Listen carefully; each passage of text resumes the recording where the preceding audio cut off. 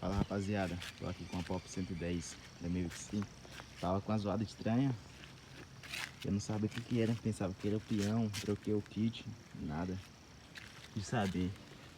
Quando fui ver um negócio bem simples, bem aqui ó, tava fazendo zoada estranha, tipo quando eu apertei a corrente, tipo quando eu passava a marcha, acelerava demais, fazia uma zoada tipo tremendo.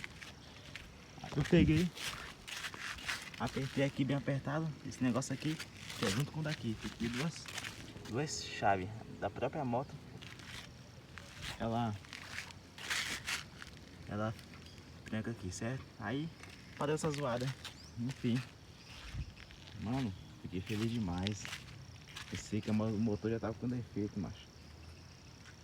Mas enfim, tá aí. Problema resolvido, certo?